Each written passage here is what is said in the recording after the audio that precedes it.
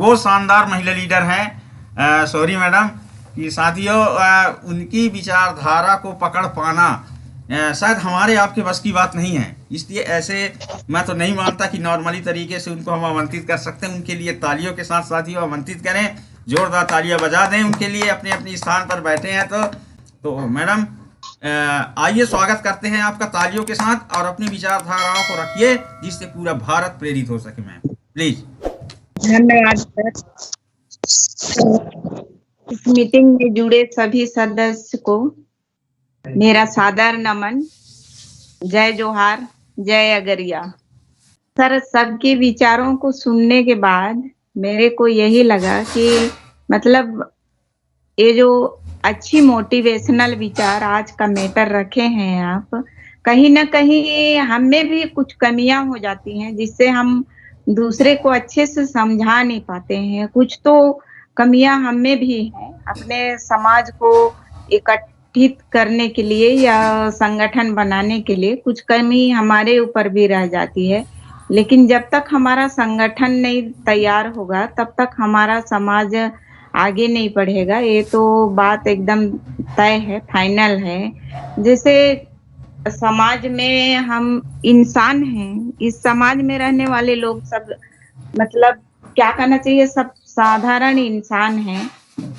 और जानवरों के बच्चों को देखिए और हम इंसानों को देखिए, उसका 2-4 दिन का बच्चा रहेगा, लेकिन थोड़ा पानी में अगर पड़ जाए उसका पैर, तो किसी तरह पैर को आगे पीछे हिलाते डुलाते हुए वो निकल ही लेगा। लेकिन इंसान को यदि तैरना नहीं आता है और उसको आप पानी में घुसा दीजिए तो वो निकल नहीं पाएगा, वो डूब जाएगा। तो इंसानों को सीखने के लिए समय लगता है, किसी भी चीज को समझने के लिए समय लगता है। हो सके हम में कुछ कमियां होती हैं जिससे हम समझा नहीं पा रहे हैं, या उन लोग खुद समझना नहीं चाहते हैं और उनका सोच नकारात्मक है, इसलिए संगठन से जुड़ना नहीं चाहते हैं या बात नहीं करना चाहते हैं, या तो फिर मैसेज भी डालिए तो उन लोग गलत रिप्लाई देते हैं। ये उनका सोच का तरीका है। तो सबसे बड़ी बात है, हमारा सोच बदलना चाहिए और घर परिवार या समाज में संस्कार बनना चाहिए। जब संस्कार अच्छा नहीं रहेगा ना, तो आदमी कहीं भी जाएगा एडजस्ट नहीं हो पाएगा। ना वो किसी परिवार में एडजस्ट हो सकता है, ना किसी समाज में एडजस्ट हो सकता है। संस्कार एक ऐसी चीज है जो हमको किसी भी समाज या किसी भी घर में एडजस्ट होने के लिए, हम लोग महिलाओं को देखिए, हम घर परिवार से संस्कार लेके जाते हैं, इसलिए पराये घर में हमको अपने आप को एडजस्ट करना पड़ता है। तो ये हमारा संस्कार हुआ। यदि हम में उतना संस्कार ही नहीं रहता तो उस घर परिवार में हम कैसे एडजस्ट होते, कैसे उस घर परिवार को हम एक्सेप्ट, सास क्या बोल रही है, ससुर क्या बोल रहा है, या ननद देवर जो भी हैं, कितनों से हमारा बात विवाद प्रेम से होता है या लड़ाई झगड़े से होता है, जो कुछ भी होता है, लेकिन उस जगह पे हमारा संस्कार काम करता है। तो आज की जो नई युवा पीढ़ी है उनमें संस्कार की कमी हो जाती है।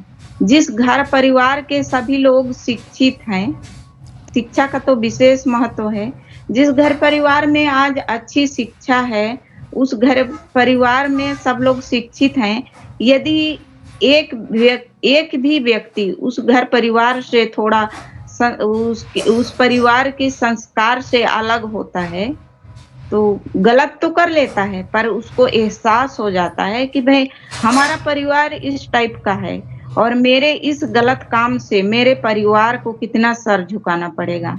इस संस्कार को आज की युवा पीढ़ी भली भांति समझता है। और जिस परिवार में संस्कार ही नहीं होता है या समाज में संस्कार नहीं होता है या अड़ोस पड़ोस में, तो गलत संगत के प्रभाव से भी आज की युवा पीढ़ी मतलब क्या कहना चाहिए, गलत रास्ते में जा रहे हैं। जैसे आजकल मोबाइल ही ले लीजिए, बच्चे ऑनलाइन पढ़ाई के नाम से माँ बाप से जिद करके खरीदवा तो लिए हैं मोबाइल, पर मोबाइल में कब पढ़ाई के लिए उपयोग होता है और कब उसमें कुछ भी देखने के लिए उपयोग होता है। उस चीज को यदि माँ बाप पढ़े लिखे नहीं हैं तो नहीं जानते हैं। ये नहीं कहना है चाहिए कि माँ बाप की गलती है। माँ बाप की गलती तो है कि उसके लिए पढ़ाई करने के लिए मोबाइल देते हैं और शासन का भी आदेश रहता है, पर बच्चे संस्कार से हट जाते हैं। क्यों हटते हैं? यारी दोस्ती में हटते हैं, पास पड़ोस के क्या कहना चाहिए रहन-सहन, उनका कुछ देख के उन लोग नकल करते हैं। इस टाइप से होता है। इसमें मतलब माँ-बाप का भी ज़्यादा दोष नहीं है इसमें। माँ-बाप अच्छे सोच के खरीदते हैं कि मेरा बेटा इतना अच्छा पढ़ रहा है, स्कूल जा रहा है, यही सोच के ना उसको हर सुविधा देते हैं। लेकिन बेटा गलत कर रहा है उसको सब चीज़ का आप अवलोकन कर सकते हैं, लेकिन इंसानों को अवलोकन कर पाना और किसी के मन को पढ़ पाना बहुत वो गहराई है। एक समुद्र जैसे गहराई है। इस बात को पकड़ पाना बहुत वो है। तो आजकल क्या है, यही एक उपाय दिखता है कि आज की युवा पीढ़ी को संस्कार में लाने के लिए या अपने समाज के विषय में बताने के लिए जब भी मीटिंग होता है, जो जानने समझने लायक बच्चे हैं उनको बताना चाहिए थोड़ा-थोड़ा शिक्षा, ताकि उनको भी ये लगे कि हाँ भाई, हमारे इतने बड़े बुजुर्ग या फिर गाँव घर के ब्लॉक के, जिला के सभी जगह के इतने लोग इकट्ठे होते हैं, इतना अच्छा संस्कार की बात होती है, शिक्षा की बात होती है, कुछ तो उनके मन में लगेगा। तब उन लोग सब चीज़ को समझ पाएँगे। जैसे मैं इसमें जुड़ने से पहले मेरे को बड़ा अजीब-सा लगता है, लेकिन अब लगता है कि कब शनिवार आए जो 4 लोगों से मेरा मुलाकात हो और मैं उनकी बातों को सुनूँ और समझूँ।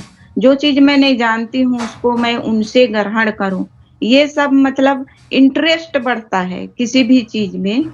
बच्चा 1 दिन स्कूल गया, 3 दिन एब्सेंट हुआ, तो इस उसका जो मनोबल है, वो तो कम होता है ना। और डेली स्कूल जाता है, हर टीचर से बात करता है, गलत भी होता है, फिर भी वो जानने की कोशिश करता है। इस टाइप से उसका मनोबल हमेशा बना रहता है। लेकिन 1 दिन आया बच्चा स्कूल और 1 सप्ताह एब्सेंट हो जाता है, तो उसका तो ऐसे भी मनोबल गिरते रहता है, तो वो कहाँ से आगे बढ़ेगा? तो हमारे समाज में मतलब जितने भी आज तक मीटिंग 1 या 2 मीटिंग अटेंड कर रहे हैं, सब कुछ जान रहे हैं, समझ रहे हैं, उन लोग तो जान ही लिए हैं ना। लेकिन 2-4 मीटिंग एब्सेंट हो जाते हैं, तो धीरे-धीरे उनकी भी रुचि घट जा रही है। सबसे बड़ी बात है हमारी सोच और इंटरेस्ट। हम सोच समझ के किसी बात को तय कर लें, अपने आप में कि हम क्यों कर रहे हैं? पहली बात, हम क्यों कर रहे हैं ये समाज के लिए कार्य और क्यों करना चाहते हैं? इससे हमको क्या होने वाला है? लेकिन ये सोच के हम कर रहे हैं, हमको कुछ नहीं मिलेगा, लेकिन हमारे आने वाली पीढ़ी जो है, उसको हर चीज़ में समानता मिलेगी, पढ़ाई-लिखाई, नौकरी, सब कुछ में समानता मिलेगी और वो अपना अगला पीढ़ी सुधारते चलेगा। सब तो सोचते हैं कि हमारे समाज में ऐसा हो, पर कब होगा?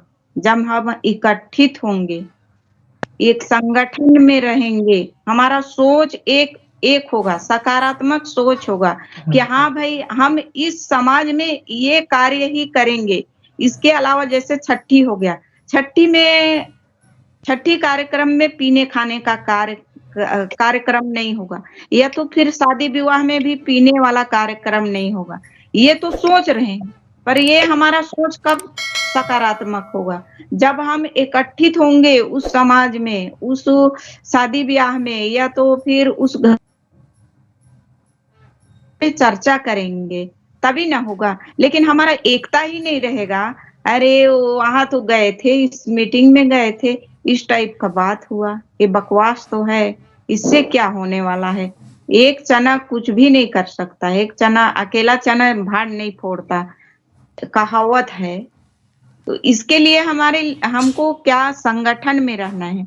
जब तक हम संगठन नहीं बनाएंगे, कोई भी कार्य हम आगे नहीं बढ़ा सकते हैं।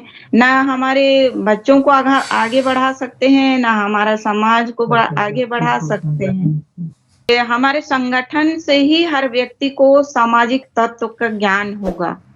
तो हम जब तक 4 ज्ञानी पुरुष के पास बैठ के उनका शिक्षा ग्रहण नहीं करेंगे, तब हमारा सोच कहाँ बदलेगा।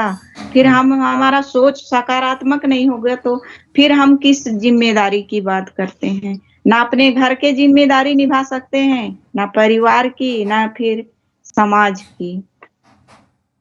इसे मैं जहां तक चाहूंगी, जितने भी कुटुंब ग्रुप में हैं, उन लोग मतलब ज्वाइन करें इस मीटिंग में और अपना अपना विचार व्यक्त करें, फेस टू फेस सबसे चर्चा करें।